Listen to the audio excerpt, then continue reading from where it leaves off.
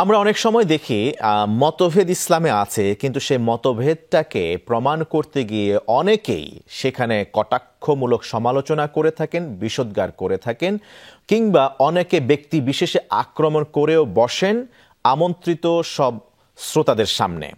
এই বিষয়টিকে কিভাবে দেখছেন? মতভেদ আর সমালোচনার দুয়ের মাঝে মৌলিক পার্থক্য কোনটি? কখন সমালোচনা গঠনমূলক হওয়া উচিত কিংবা কিভাবে হওয়া উচিত, এই বিষয়টি যদি একটু এলাবোরেট করতেন প্লিজ। ধন্যবাদ আমাদের মুফতি হেদায়েতুল্লাহ সাহেবকে। চমৎকার বিষয় নিয়ে আসছেন এবং এটি অত্যন্ত সময় উপযোগী। কারণ কি, আমরা এখন আলোচনা বা সমালোচনার নামে বিষোদ্গার করা হয়, ব্যক্তি চরিত্র হরণের অপচেষ্টা হয়, একে অপরকে ঘায়েল করার অস্ত্র হিসেবে সেটিকে বক্তৃতা, আলোচনা কিংবা তর্ক বিতর্ক অনুষ্ঠানকে মাধ্যম হিসেবে গ্রহণ করা হয়। এমনকি অনেক শিষ্টাচার বহির্ভূত কথাবার্তা শোনা যায়।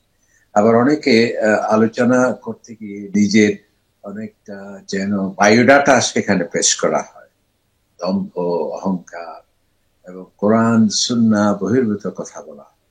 আপনাকে বিশেষ করে যারা দাওয়াতি কার্যক্রম করবে, দাওয়াত মানে কি? দাওয়া ইসলামের অর্থ হলো ইসলামের কে মানুষের কাছে পৌঁছে দেয়া এবং ইসলামের শিক্ষাগুলো মানুষকে আলোকিত করা, অবহিত করা এবং মানুষকে ভালো কাজের নির্দেশ, অসৎ কাজে নিষেধাজ্ঞা এবং ইসলাম যে বাস্তব ভিত্তিক ধর্ম এবং সেটি বিজ্ঞান ভিত্তিক ধর্ম, স্বভাবধর্মী ধর্ম, সেগুলোকে মানুষের কাছে তুলে ধরা। এক কথায় দুনিয়া এবং দুনিয়াতে সাফল্য, সাকসেস, শান্তি, স্বস্তি, নিরাপত্তা এবং পরকালে আল্লাহ তাআলা জাহান্নাম থেকে মুক্তি পেয়ে আল্লাহ তাআলার সন্তুষ্টি অর্জনের মাধ্যমে জান্নাতে যাওয়া, এই কথাগুলো দিক নির্দেশনা দেয়। যুব সমাজের সম্পর্কে কথা বলা, ব্যক্তি এবং আদর্শ সমাজ কিভাবে হবে, আদর্শ রাষ্ট্র কিভাবে হবে এবং অন্যান্য ধর্মে যারা আছে তাদের প্রতি যে ইসলামের যে উদারতা সেগুলো তুলে ধরা, এই জিনিসগুলো হচ্ছে দাওয়ার লক্ষ্য এবং উদ্দেশ্য। কিন্তু আজকাল আমরা কি দেখতে পাচ্ছি, সেখানে আমরা সমালোচনা বা আলোচনার নামে, যেটা আপনি বললেন, তির্যক ভাষায় এমনকি অশ্লীলতাও মাঝে মধ্যে সেখানে আমরা দেখতে পাই। অথচ আমরা নবীদেরকে কি দেখেছি? আল্লাহ সুবহানাহু ওয়া তাআলা নির্দেশ দিয়ে, উদউ ইলা সাবিল রাব্বিক বিল হিকমা ওয়াল মাউইযাতিল হাসানা, আপনি মানুষের কে ইসলামের দিকে ডাকবেন হিকমত দিয়ে। হিকমত মানে প্রজ্ঞা, দূরদর্শিতা, এটা ব্যাপক শব্দ। সেখানে কার্টেসি, নম্রতা, স্থানকাল পার্থভেদ, ওয়াল মাউইযাতিল হাসানা, উত্তম ভাষণ, তির্যক ভাষায় নয়, চমৎকার সাবলীল উপস্থাপনা সেখানে, এর মাধ্যমে আপনি ইসলামের দাওয়াত দেন। এমনকি দেখুন যে ফেরাউন যে বলেছে যে আনা রাব্বুকুমুল আ'লা, তোমাদের আবার রব কে? আমি তোমাদের রব। এর থেকে বড় অপরাধ কিংবা ক্ষুধাদ্রোহিতার জ্বলন্ত প্রমাণ আর কি হতে পারে? কিন্তু আমরা দেখছি, দেখুন হযরত মূসা আলাইহিস সালামকে আল্লাহ সুবহানাহু ওয়া তাআলা ওনার ভাই হযরত হারুনকেও নবুয়ত দিয়ে যখন পাঠাচ্ছেন, বলছেন ফাকুলা লাহু, তোমরা ফেরাউনের কাছে যাও এবং কওলান লাইয়িনান, ভদ্রতা, নম্রতা এবং কোমল ভাষায়, প্রাঞ্জল ভাষায় আপনি দাওয়াত দিন।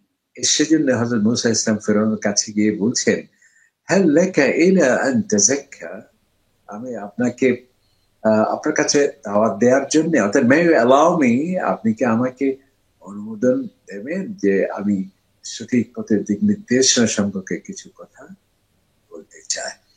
এই জন্যে আমরা যে কোনো আলোচনা সমালোচনা, আপনি বললেন, ঘায়েল করা নয়, তির্যক ভাষায় নয়, অশ্লীল ভাষায় নয়, আপনাকে দলিল ভিত্তিক কথা বলতে হবে। আল্লাহ তাআলা বলছেন, ইরশাদ করছেন, কুল হাতু বুরহানাকুম ইন কুনতুম সাদিকিন, আপনি বলুন যে তোমরা তোমাদের বক্তব্যের পিছনে সপক্ষে অবশ্যই যুক্তি পেশ করতে হবে। আমার বাবা বলেছেন, দাদা বলেছেন, সিঁড়ি বললে চলবে না, আপনার সত্যকে প্রতিষ্ঠিত করার জন্য আপনাকে দলিল পেশ করতে হবে। আন্দাজ অনুমানের উপর কথা বলা যাবে না। ওয়ালা তাকফু মা লাইসা লাকা বিহি ইলম। আমাদের মাঝে এই নেতিবাচকতা কেন দেখা দিচ্ছে? কারণ আমরা কথা বলছি দলিল ভিত্তিক নয়, আমরা কথা বলছি আন্দাজ অনুমানের উপর ভিত্তি করে। আমরা কোরআন এবং সুন্নাহ থেকে শত সহস্র যোজন মাইল আমরা দূরে।